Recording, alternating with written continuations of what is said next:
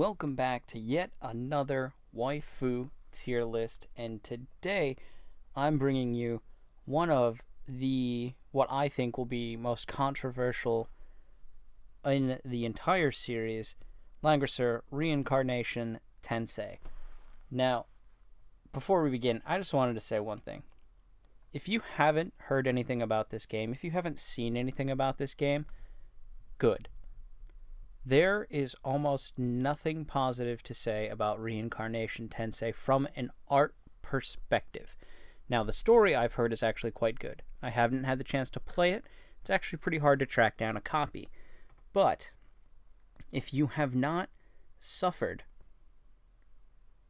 through the art of this game, please don't. I was tempted not to name a winner because the way that the game is designed, basically every character looks like one of those Funko Pop heads.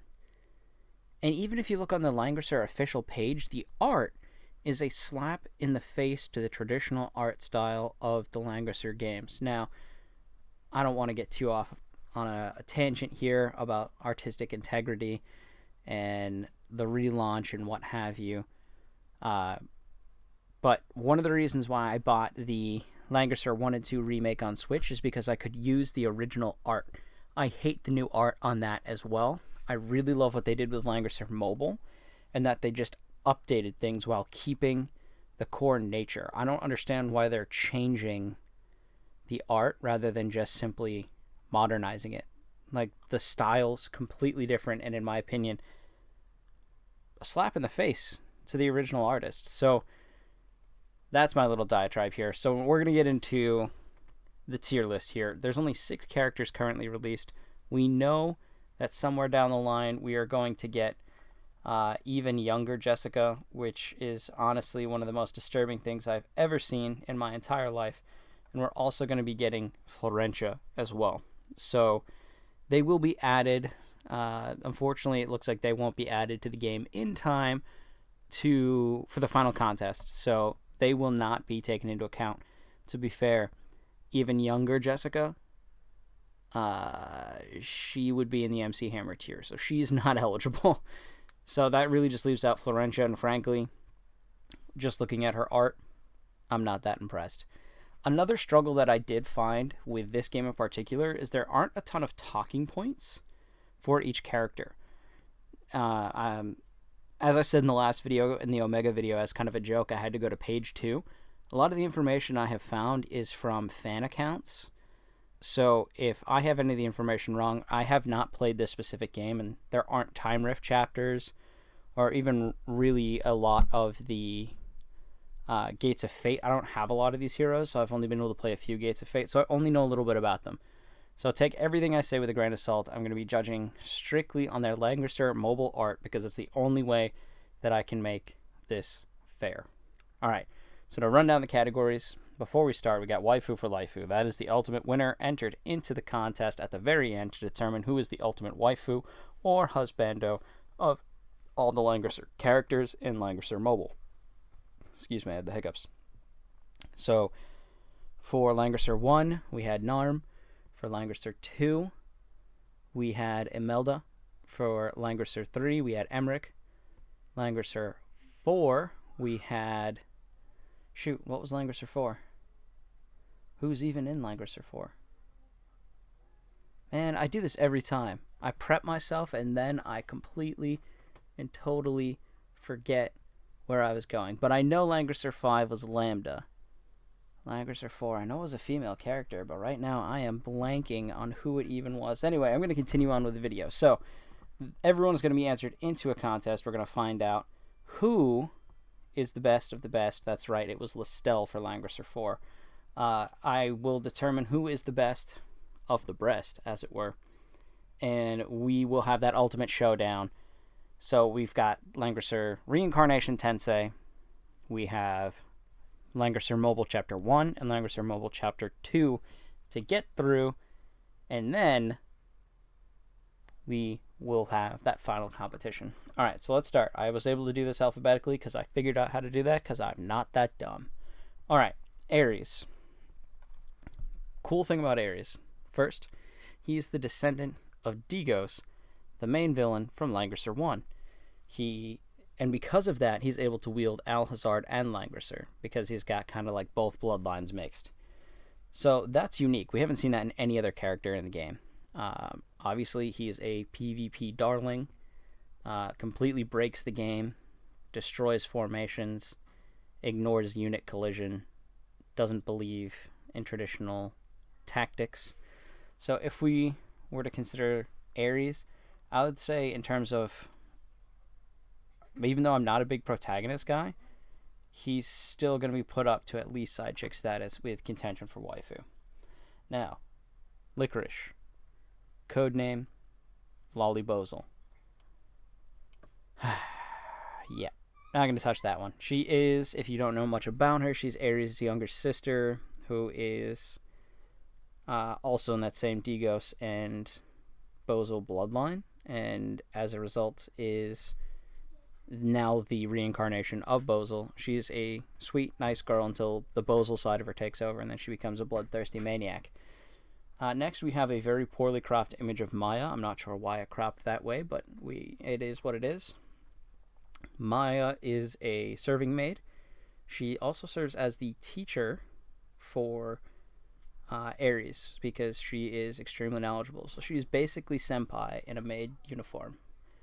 So she's definitely going up here. As much as I said I disliked the maid element of Shelfaniel's character, what I can appreciate is when it's not just this idea of subservience, but actually the fact that she is the teacher. Next we have Noemi, which her page was shockingly empty. So the only thing we have to draw on is aesthetic. So we're looking at, basic mage character. She seems somewhat interesting. I drew her on one of my alternate accounts, but I don't have her on my main. I don't really know anything about her. Her page is blank, and honestly, her look is just kind of meh. There's nothing that really stands out. I'm going to toss her squarely in the Only If I'm Lonely. She's not a bad character to look at, but she's just kind of boring. Like, there's nothing different enough about her, right? We have a million female mage characters, and if I were to put her in a showdown with half of them, she would be at the bottom. So it's not even close to me. And in terms of this game here, I still think she's below Aries and Maya. Now we have Renata. Now what's interesting about Renata is she has two tails. Now if you're confused, let me explain. First, the obvious, the dragon tail. And second, if you did not grow up as a teenager in the early 2000s, let me tell you, there's this phenomenon for the longest time that was called the whale tail. It was when a woman wore a G-string thong pulled so high up over her pants that the thicker part of the material that's supposed to cushion the butt cheeks was actually up over the pants themselves. That, my friends, is a whale tail, and Renata proudly boasts a dragon tail and a whale tail. So, for that and that alone, side chick status. Last and not least, we have Rosalia, who, honestly, so bold, absolutely daring to go into battle with that little armor. It's actually absurd. At that point, it's like, why even bother, right? I got some sweet shoulder pads, I've got a little bit of fabric covering the important areas, but the rest of it, just completely wide open. Rosalia is what every single person looks at the gaming industry and complains about.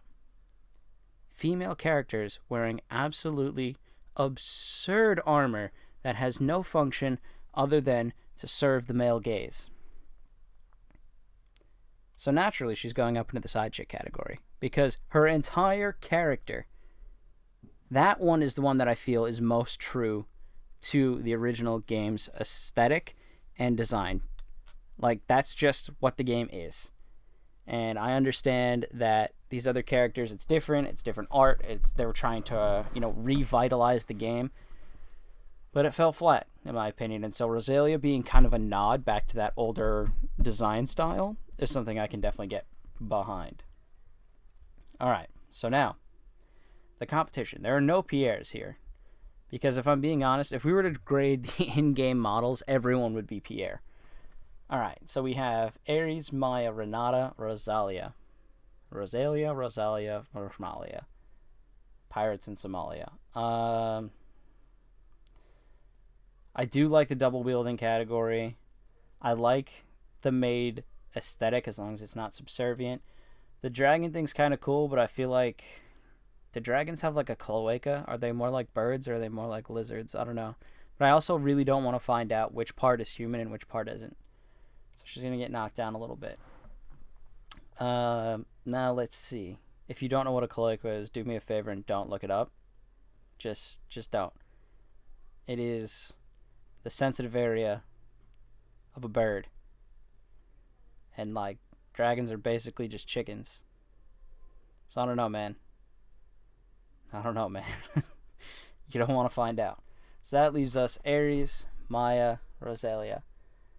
And honestly, as much as I love Maya's look, I think I'm going to give it to Rosalia just because the nod to the classic aesthetic, the hashtag epic gamer moment where the armor is entirely pointless and her entire character is designed to make me feel strange sensations. And you know what? It does just that. Alright, so Rosalia is the winner. She will be joining. Let's see if I can do it this time. Narm, Imelda, Emmerich, Listel, and Lambda in the competition. We have 2 more videos to go. And then the final rundown, that's going to be an epic showdown. And if you want to participate in the final showdown, please leave a comment below.